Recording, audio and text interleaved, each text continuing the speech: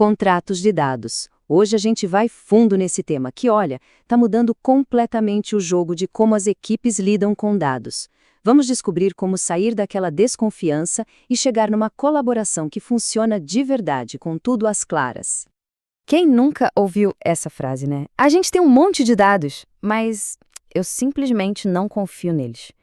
É o tipo de frustração que, sério, paralisa qualquer projeto.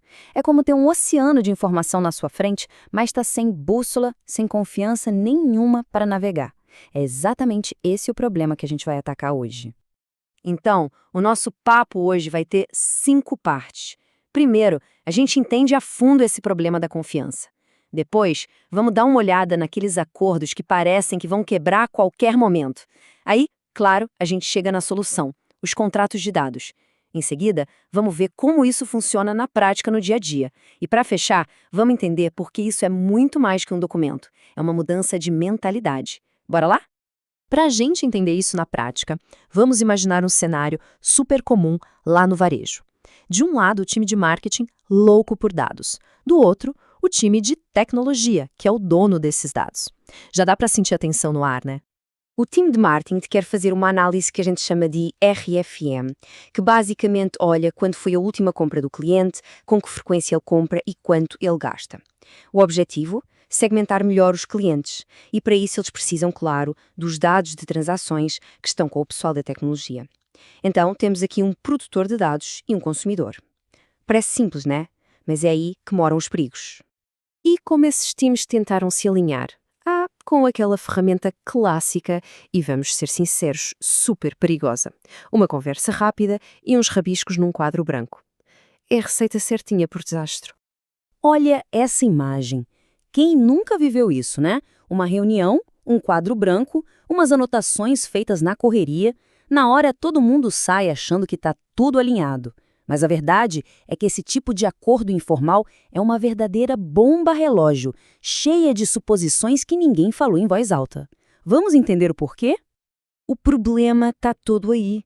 Esse acordo de quadro branco é cheio de pontas soltas. Por exemplo, o que quer dizer date? É data e hora? Só a data? Qual o formato?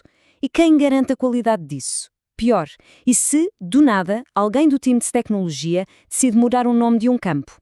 São essas pequenas ambiguidades que vão, aos pouquinhos, construindo o caminho para o caos. E aí? Bom, o inevitável acontece. Aquela ponte que eles tentaram construir simplesmente desaba, o time de marketing começa a construir toda a sua análise em cima de areia movediça e o time de tecnologia, sem maldade nenhuma, faz uma pequena mudança no sistema e quebra tudo do outro lado. O resultado, meses de trabalho jogados no lixo e uma frustração, mas uma frustração gigante dos dois lados. Então fica a pergunta, né? Como é que a gente quebra esse ciclo? Como construir pontes entre as equipes que sejam fortes de verdade, que sejam confiáveis? A resposta é simples, formalizando as expectativas. E é exatamente aqui que entra o herói da nossa história de hoje, o contrato de dados. E o que é um contrato de dados? É exatamente o que o nome diz, um acordo formal. Pense nele como uma interface bem definida entre quem produz e quem consome os dados. Ele deixa tudo preto no branco. O esquema, o que cada campo significa, os padrões de qualidade, fim da adivinhação. Chega de suposições. É o começo da clareza. Para ficar mais fácil de entender, vamos usar uma analogia. Pense numa caixa de remédio. É uma analogia simples, mas olha, super poderosa. O consumidor dos dados é o paciente. Os níveis de serviço, os SLAs, é a dosagem. O esquema dos dados, ou seja, os campos e formatos, são os ingredientes. E as regras de qualidade são os alertas sobre os efeitos colaterais. Vamos detalhar um pouco mais essa metáfora. O paciente, no caso, é o consumidor de dados e o problema que ele quer resolver. A dosagem seria os níveis de serviço, sabe?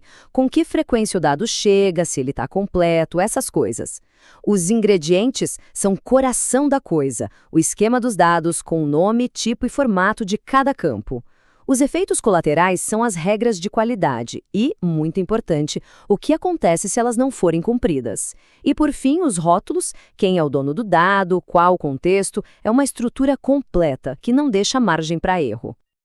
Ok, agora que a gente já entendeu o conceito, vamos voltar para aquele nosso caso do varejo. Vamos ver o antes E depois, como as coisas mudam quando a gente sai daquele acordo frágil do quadro branco e adota a força de um contrato de dados? Olha, a diferença é da água para o vinho. Com o acordo no quadro branco, o esquema era ambíguo. Com o contrato, ele é explícito, a máquina consegue ler.